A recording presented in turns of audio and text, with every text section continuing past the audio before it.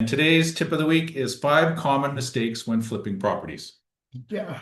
And the first one is not calculating all of your costs. So if you are using maybe an alternate lender, you're going to be paying higher percentage for the money that you're borrowing.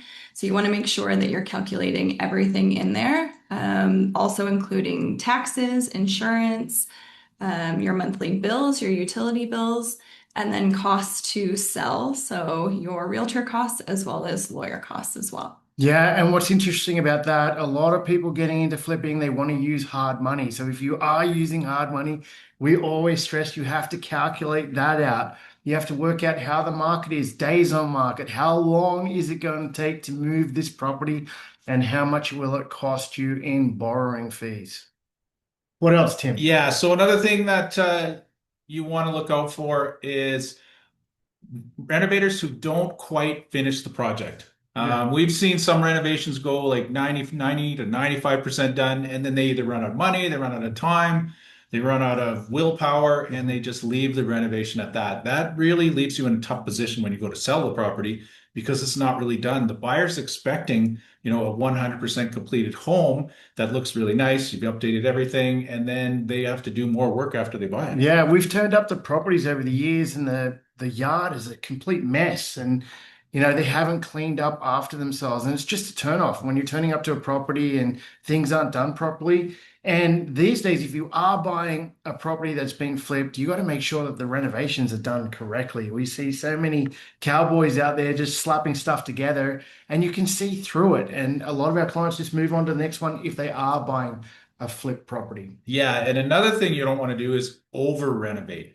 If you're going to over renovate for the neighborhood, what that means is you have, these standard 60s bungalows throughout the neighborhood. People are renovating to a certain standard, and then you go and you renovate and put your house at a $1.5 million value because you put all the bells and whistles into it.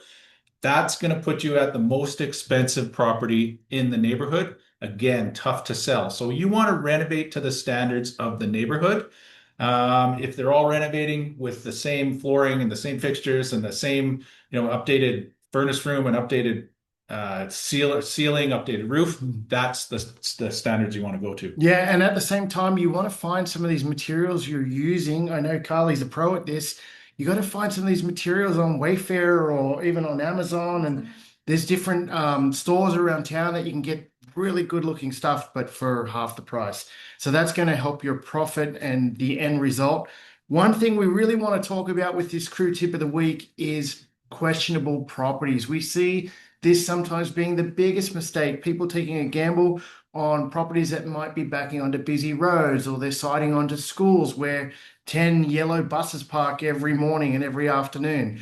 They might be backing onto an apartment building. So when you're out there barbecuing, you have 50 neighbors to look up to and wave at.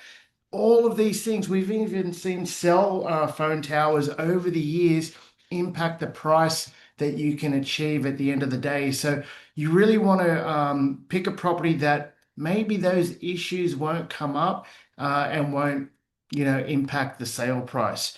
The last thing that we really want to talk about that we think is the biggest mistake that people make, or the most common mistake they make, is not working out the ARV before they buy the property. I know we talked about the borrowing costs, the cost to renovate, but if the ARV, the after renovation value, isn't there, and when we're talking about is it there or not, it can't be there 2 years ago. It's got to be there within the last 3 to 6 months, especially if you're, picking up a property over the colder months. You want to know going into the warmer months that you can achieve those results, that community, the sales stats can back it up, that a community, say like Lake Bonavista or Richmond or Mount Pleasant, those numbers will be there and you can achieve the result that you want to do or you want to achieve. So, we see this all the time with renovations that people don't finish off the properties, they don't run their numbers.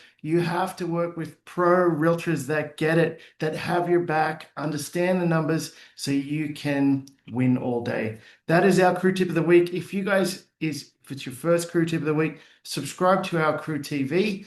There's plenty of tips on there that will make you a lot of money.